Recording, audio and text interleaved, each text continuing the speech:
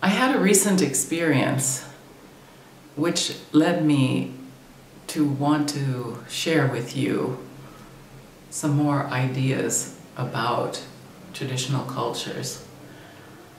My friend complained that her son, when one of his friends was bitchy, was suffering from PMS, or premenstrual syndrome. And she was very unhappy at this idea that this bitchiness came from PMS. I would like to ask you, why do different cultures have such radically different understanding about the processes in our body, like for instance menstruation? So let's look at the origins of these different systems of ideas or ideas about the body. Biomedical ideas originated in Europe with cadavers. Doctors did dissections and learned about the different parts of the body, and they were focused on matter, bones, organs. And the tools of biomedicine thus became invasive. They were entering the body with, again, matter, something that was invasive. However, in India or on the Asian subcontinent, rather the experience of the body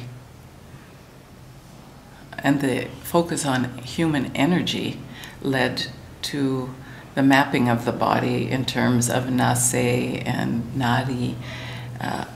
This is an understanding which is was shared across, from the tantrics to the pundits to the householders to the traditional midwives. Very different from the medical apparatus that was developed in Europe, and which is used globally and has now morphed into high-tech imaging and scanning and all kinds of technological apparatus. Calendars, both Hindu and Muslim, were based on lunar cycles, which was actually is more congruent with women's cycles, women's menstrual cycles. It's the Devi who rules these cycles. She keeps this time. Here she's seen with her dumru, or her drum, which beats the time of the universe, of cosmic cycles.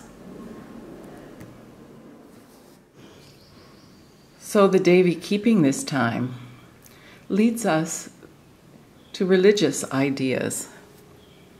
The female body, not the personal body, but the source of all human life, was revered.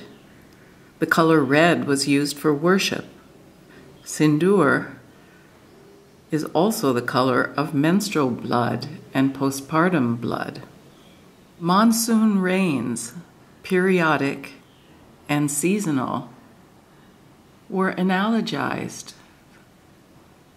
with the menstrual cycle. The earth was understood to renew herself, as the same with some of the prohibitions limiting women during menstruation were understood as renewal of her. She needed to rest, not cook or pray or doing all these other things. From Kerala to Punjab, these ideas, observances, and customs have been documented by scholars. These traditions are dramatically portrayed in Assam. As the Brahmaputra is said to run red during the monsoons, and at the Kamakya temple, prasad is given as a red-stained cloth. Here is the image of the Kamakya temple, and one of the statues at the Kamakya temple, dabbed with sindoor, is an obvious reference to both the reverence of the menstrual cycle, of woman's blood, and also a sign of worship.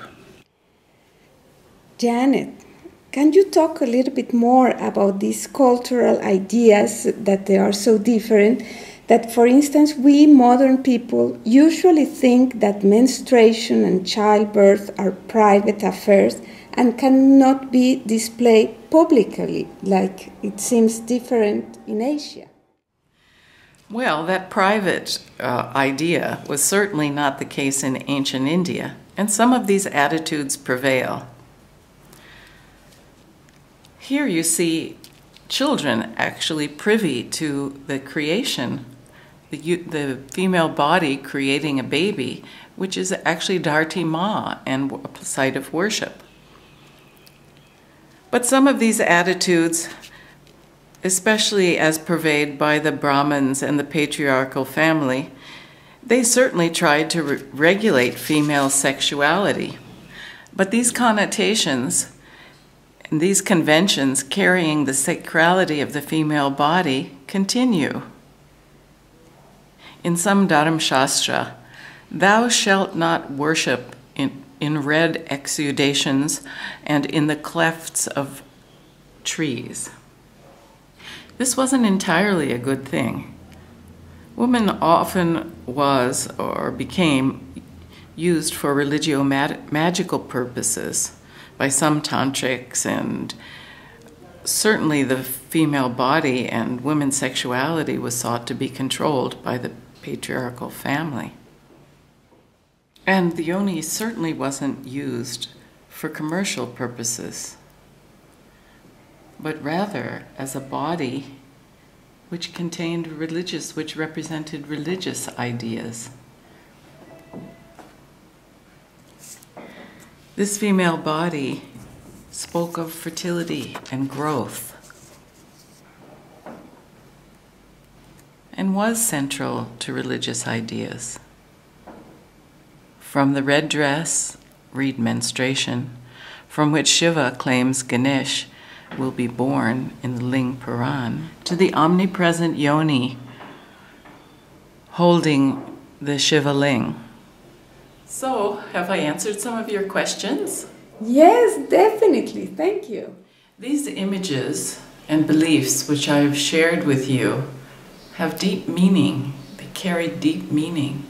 For me, they represent that the power to hold and birth a new human life is the highest expression of creation.